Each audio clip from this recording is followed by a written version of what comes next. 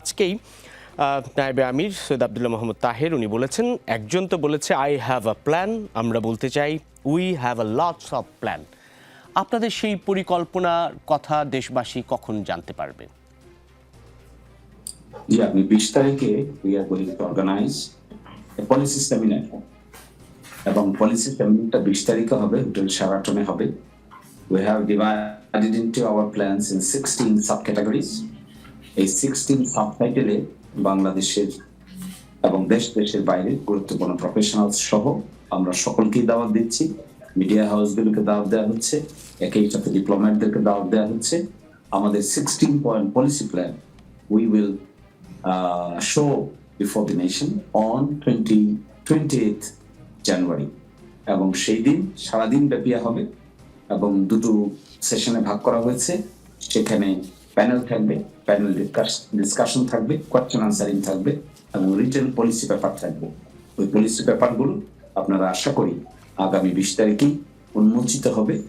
যে আমাদের যে লটস অফ প্ল্যান তিনি বলেছেন, এগুলোকে আমরা 16টা ভাগে ভাগ করে আপনাদের সামনে উপস্থাপন করব। আশা করা যায় আপনাদের কোয়েস্ট বা এই question will be suitably minimized after delivery of 16 point policy plan. আপনার কি মনে হয় এই আই হ্যাভ আ প্ল্যান, মানে এই প্ল্যান মিনস হচ্ছে এটাকে সিঙ্গেল পয়েন্ট প্ল্যান, এরকম কিছু মনে হচ্ছে যে একটি পরিকল্পনা, নাকি সেখানেও সমন্বিত পরিকল্পনা থাকতে পারে? আর আপনাদের যেমনটি 16টি পরিকল্পনা, এটার মধ্যে কোনো ধরনের জি অফকোর্স থাকতে পারে। আই হ্যাভ এ প্ল্যান তিনি যখন বলেছেন, আই হ্যাভ রেসপেক্ট, আমি এই ধরনের বক্তব্যের খুব রেসপেক্ট করি।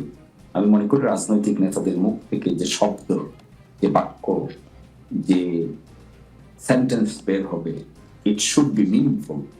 এবং আমি খুব হ্যাপি হয়েছিলাম ওই দিন ওনার বক্তব্য শুনে। উনি বাংলাদেশে এসে যে একটা সুন্দর বক্তব্য দিয়েছেন, আই কনগ্রাচুলেট হিম।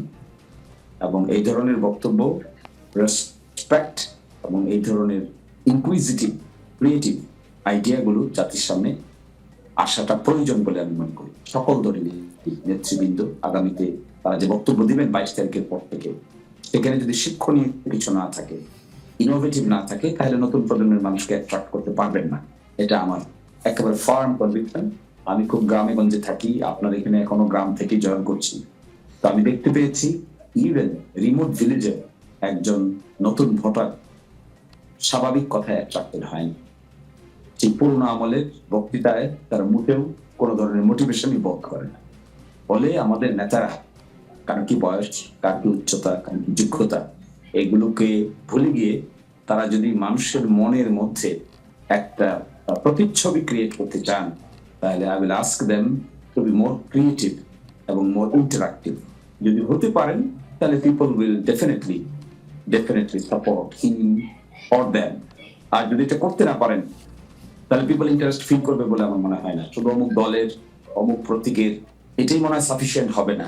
কিভাবে দলগুলো ইয়াং জেনারেশনের মানুষকে তাদের সঙ্গে ইন্টারাকশনে যুক্ত করবেন, that would be real challenge. জি, নিশ্চয়ই সেটার ইমপ্যাক্টও পড়বে ইলেকশনে ভোটের মাধ্যমে। জি জি।